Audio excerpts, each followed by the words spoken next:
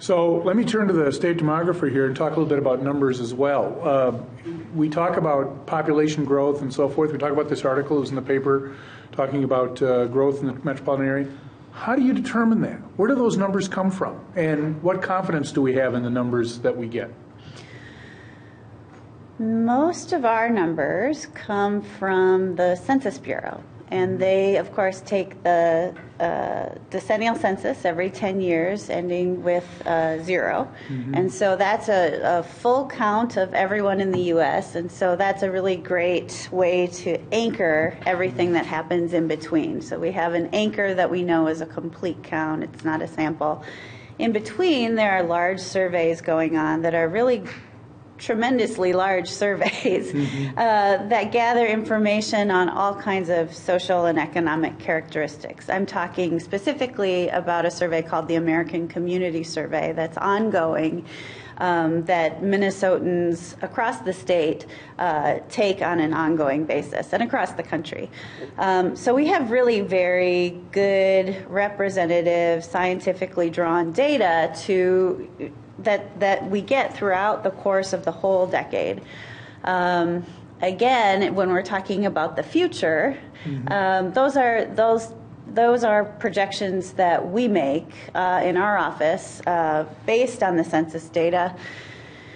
And that, there's risk in ours as well. Mm-hmm. There's maybe less risk than the risk that you were talking about, because it's much easier to predict populations, I think, than whole economies.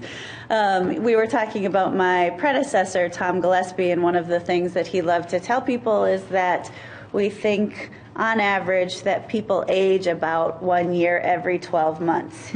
See, now, that makes it very easy to predict what the population will look like in a year. We're not certain about that, but we think exactly. we're high confidence level. It's on average. On average, right. That's right. So, there's that formula. People are, they pass away, they move away, they move in, but they do so at rates that are pretty well defined. And we base it on really what we've seen in the recent history. And so we kind of carry those rates forward to project our population.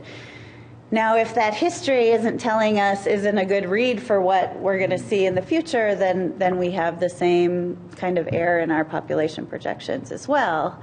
But for the most part, people don't go from having, an average of 2 children to an average of 15 children from year to year. These are pretty stable things that are pretty measurable and predictable from year to year. So we've had a state demographer for many decades. Not all states have demographers, as I understand it. That's right.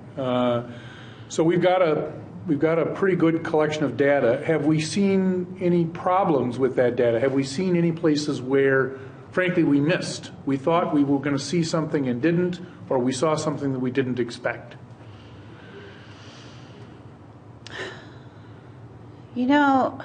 I'm sure there have been. I've been in the job for 4 years now.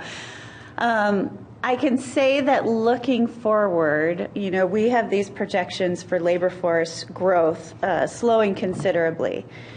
And just to give you a sense of what that might look like, according to our projections, in the 1990s, we added about 25,000 additional people to our labor force every year during that decade. It grew by 25,000 on average. In the 2000s, it grew, it was higher than that in the 1990s. In the 2000s, it was the 25,000. When we get to this decade, it's just about 8,000 additional people each year, or 80,000 over the course of the decade. Now, a lot of people will say, well, aren't baby boomers going to change their behavior, and that's really going to be a big boost to that labor force because baby boomers are going to work a lot longer. Well, sure, we build that in. We look at, mortality rates. We look at how long people work. We look at rates of disability. But these are all things that, sure, they could change. The baby boomers could be markedly different than generations before them. We haven't seen it yet for the baby boomers who have reached the age of retirement. They're retiring so far. Yeah. But the biggest cohort is still in their 50s. And so, we'll have to just kind of wait and see if that behavior carries through. Another kind of point of uncertainty in some of these projections is just how will migration change to fit the demand that employers have. So if we have a lot of jobs here, if we have a lot of opportunities in Minnesota, and maybe even more opportunities than in other places, won't that draw people in?